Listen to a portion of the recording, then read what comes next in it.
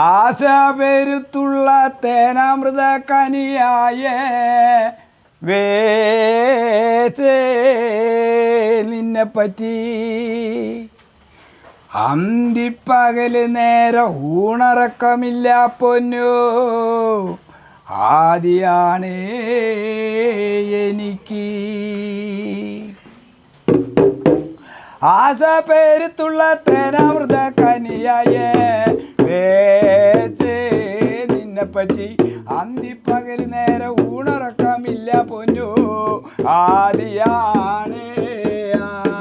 ഇരവും പകലിലോ നിന്റെ തടി നിലവിലോ ആശയാണ് വേശേ. എന്നെ പറ്റി നിനക്കൊരു അപകടം വരുകില്ല തീർച്ച തന്നെ. ആശ പേരുത്തുള്ള തേനാമൃത കനിയായ വേസേ നിന്നെപ്പറ്റി അന്തിപ്പകല് നേരെ ഊണറക്കമില്ല പൊന്നു ആദിയാണ്. ഇരവും പകലിലോ നിന്റെ തടി നിലവിലോ ആശയാണ് വേശേ.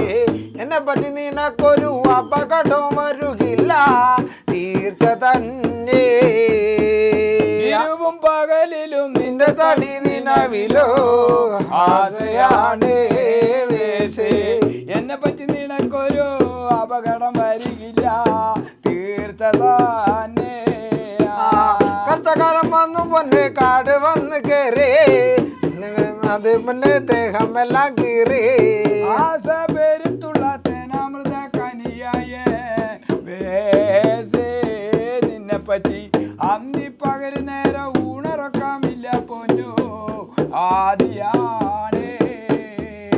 എന്തിനാണ് പൊന്നും കണ്ടേ വന്നേ കാലച്ചെറുപ്പത്തില് അച്ഛനന്മാർ പറഞ്ഞതാ നീ എനിക്കാണെന്ന്.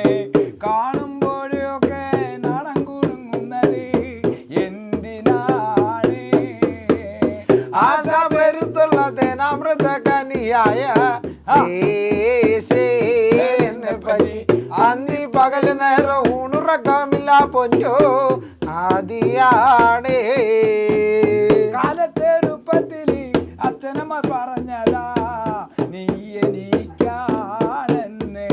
കാണുമ്പോഴൊക്കെ നാണം കുടുങ്ങുന്നത് എന്തിനാണ്? ആശ പെരുത്തുള്ള തേനാമൃത കനിയായ വേശേ നിന്നെ പറ്റി അന്തി പകല് നേരം ഊണുറക്കമില്ല പൊന്നോ ആദിയാണ്. നീ എന്നെ മറന്നാലും ഞാൻ നിന്നെ മറക്കില്ല പൊന്നും കാട്ടേ. എൻ്റെ ജീവിതത്തിലൊരു പെണ്ണുണ്ടെങ്കിൽ നീ മാത്രമാണ്. ആശ പെരുത്തുള്ള തേനാമൃത കനിയായ വേശേ നിന്നെ പറ്റി അന്തി പകല് നേരം ഊണുറക്കമില്ല പൊന്നു ആദിയാണ്. ഇരുവും പകലിലും നിന്റെ തടി നിലവിലോ ആശയാണ് വേസേ. എന്നെ പറ്റി നിനക്കൊരു അപകടം വരികില്ല തീർച്ച തന്നെ. ആശ പേരുത്തുള്ള തേനാമൃത കനിയായ വേസേ നിന്നെപ്പറ്റി അന്തിപ്പകല് നേരെ ഊണറക്കമില്ല പൊന്നോ ആദിയാണ് എനിക്ക്.